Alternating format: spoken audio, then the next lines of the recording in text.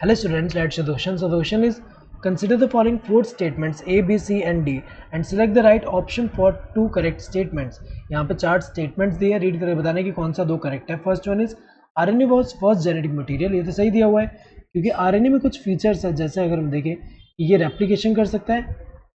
Replication तो हमें पता है कि जेनेटिक इन्फॉर्मेशन जेनेटिक मटेरियल में होता है और उसका कॉपी होना जरूरी है, तभी वो नेक्स्ट जनरेशन जा पाएगा.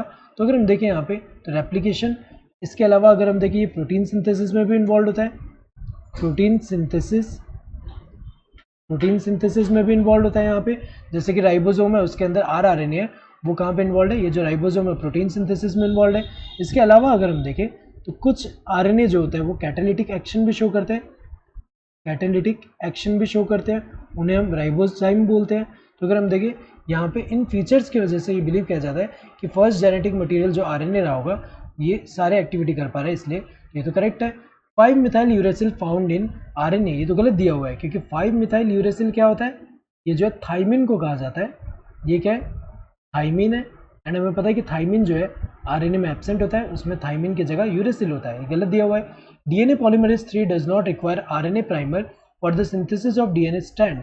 ये गलत दिया हुआ है क्योंकि हमें पता है कि जैसे कि यहाँ पे टेम्पलेट स्ट्रैंड है, तो ये जो है यहाँ पे अगर हम देखें ये 5 प्राइम है और ये 3 प्राइम एंड है. तो यहाँ पे अगर हम देखें DNA polymerase 3 जो है ये इसे इनिशिएट करने के लिए, पॉलीमराइजेशन इनिशिएट करने के लिए 3 प्राइम OH जो है वो रिक्वायर्ड होता है. तो वो कौन प्रोवाइड करेगा यहाँ पे, तो ये खुद से इनिशिएट नहीं करता. यहाँ पे DNA polymerase 3 जो है ये यहाँ पे अगर हम देखें पॉलीमराइजेशन खुद से इनिशिएट नहीं कर सकता.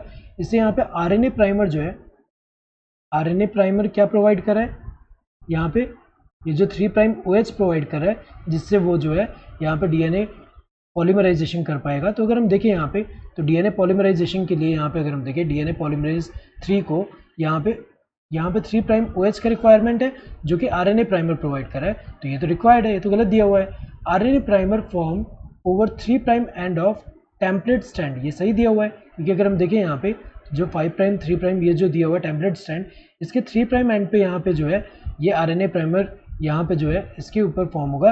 एंड ये जो है हमें पता है कि 5 प्राइम टू 3 प्राइम जो पॉलीमराइजेशन होता है, तो ये अगर हम देखें ये 3 प्राइम एंड जो टेम्पलेट स्ट्रैंड के 3 प्राइम एंड के टुवर्ड यहाँ पे ये बनता है. तो ये तो सही दिया हुआ है. इनमें से A एंड D सही है. तो कौन सी सही है, A and D. This third one is the correct answer.